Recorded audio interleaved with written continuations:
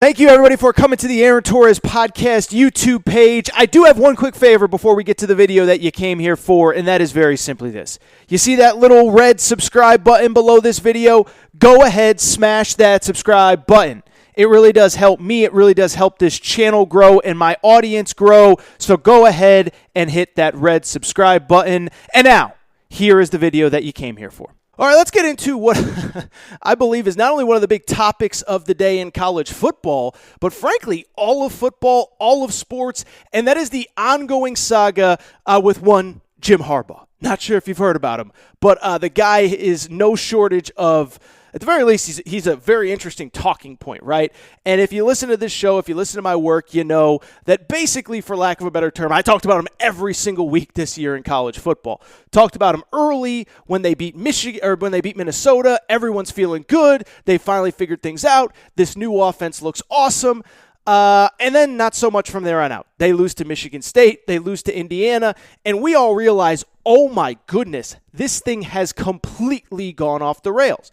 Obviously, we all know how Michigan's season ended from there. Their final 3 games are canceled because of COVID issues within the program, most notably the Ohio State game. But if you remember, they actually did have another game scheduled for after Ohio State. They were supposed to play Iowa on that championship weekend, but that game has been canceled, and essentially it's been pretty quiet out of Ann Arbor since then. But if you do go back to that Iowa game being canceled, go back and listen to what I said at the time. Because at the time, people were saying, Jim Harbaugh, it's a foregone conclusion. He is going to sign an extension to stay at Michigan. And I will get into why that extension is even needed in the first place momentarily. But if you listen to this show, you know that I basically put it out there. I said, wait a second now.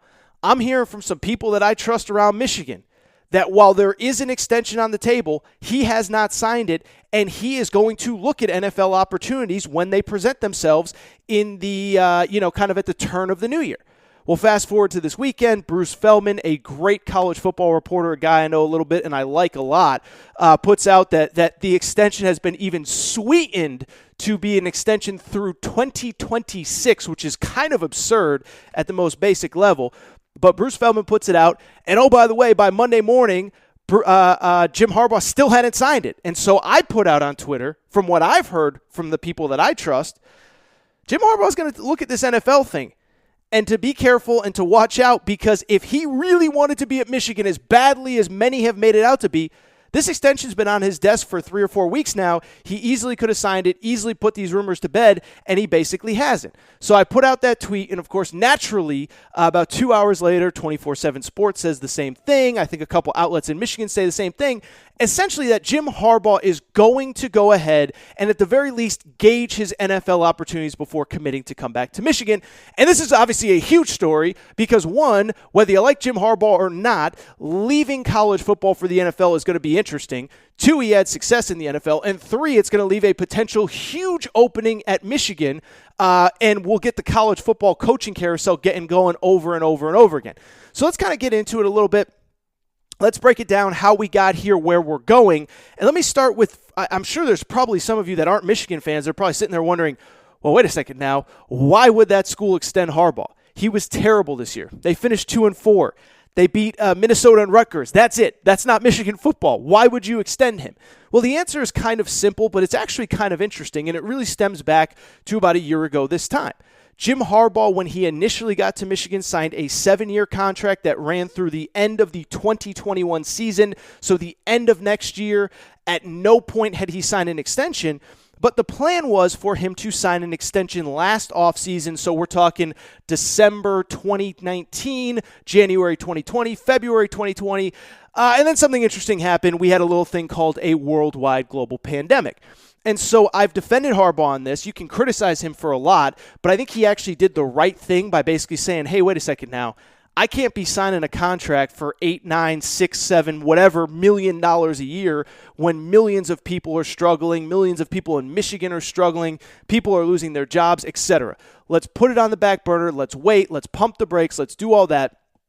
And so sure enough, he does that in good faith, assuming that he will sign a contract extension at the end of this season.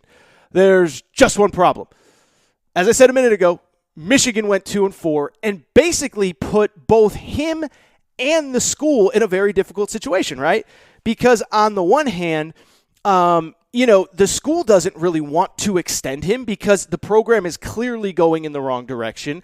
It went 2-4, and you can say, it was a pandemic, this, that, the other thing. No, that team stunk. They weren't good. The defense got terrible. He had to fire his defensive coordinator, Don Brown. The offense didn't evolve in year 2 under Josh Gaddis. And so on the one hand, you don't want to extend him. But on the other hand, you can't bring him back with 1 year left on his contract. Not only would he lose a very good recruiting class in 2021 that actually included one of the top quarterbacks in the country, J.J. McCartney, but 2, you're not going to be able to recruit in 2022, right? You're going to lose all the guys in this class. You're going to not be able to recruit in 2022 because what parent with any self-respect is going to let their kid commit or go to Michigan when there might be a coaching staff turnover at the end of next season? And so that is why the contract extension talk happened in the first place, was because the school realized this guy might not really be the answer long term, and he might not have done what he said he was going to do, but we can't have him coaching on a 1-year contract, and we're not going to fire him because he has been good, relatively speaking, in the first 5 years of his deal. And so it was just a very, very, very weird situation. So we get to the point where there's a contract extension. There's word that Harbaugh isn't really happy with the terms, that it's very pro-Michigan. And then, of course, like I said, over the course of the weekend, we hear a report from Bruce Feldman that it's extended now through 2026, and he still hasn't signed it, which brings us to Monday, which brings us to exactly the point that I've been telling you for 3 or 4 weeks now. Jim Harbaugh is going to pursue NFL opportunities. Not to say NFL teams are interested, not to say there is an offer on the table from the NFL as I record this, but it is worth noting he is going to pursue NFL opportunities. And the reason why is pretty simple. I think on the one hand, look, the guy loves Michigan. I have been a Harbaugh defender. He loves the school. There is nothing that guy wants more than to bring Michigan back to the elite of college football. Good for him. I give him credit. I wish he had done that. But it's very clear that this thing is going in the wrong direction. I think you can make the legitimate argument that Michigan is further away from Ohio State today, this moment, early January 2021, than the day he took over for Brady Hoke coming off a 5-7 season in whatever it was, 2014. I think it was, I don't know if it was a winter of 2014, the end of 2014, whatever. But you can legitimately argue they're further away now than they ever have been. So on the one hand, I think he kind of understands, and the people that I've talked to kind of know that he understands, that this thing ain't working out at Michigan, that it ain't going to happen, that he ain't going to catch Ohio State, and that it's trending again in the wrong direction. They tried to shake up the offense a few years ago, except for a couple games in the 2019 season. It didn't really click. They get boat race by Ohio State again. They lose to Alabama in a bowl game. This year it falls completely flat on its face. And then on top of that, the defense, which has been a hallmark under Harbaugh, it falls flat on its face this year as well. They finished 11th in the Big Ten in total defense, just 2 years removed from basically being the number 1 defense in all of college football. So it's clear it's going in the wrong direction. Harbaugh knows it. He knows it's probably not going to get fixed at Michigan. And even if it does, what does fixed mean? Because Ohio State isn't going anywhere. And I think he also kind of understands that, wait a second now. My market in the NFL isn't going to be great forever, right? Like this year I can use whatever, it was a pandemic and we started late and we started practice and then we stopped and then we started again and who knows and da-da-da-da. He can use that this year. But you come back and you go 4-8 next year, or 3-9, or 5-7, or even 6-6, 7-5. It's clear this thing is going in the wrong direction, and you're not as hot then as you are now. And so I think Harbaugh is doing his due diligence. My understanding is there is some interest at the very least, right? The Jets have offered him their head coaching job in the past, and he has turned it down. It seems as though there is interest there.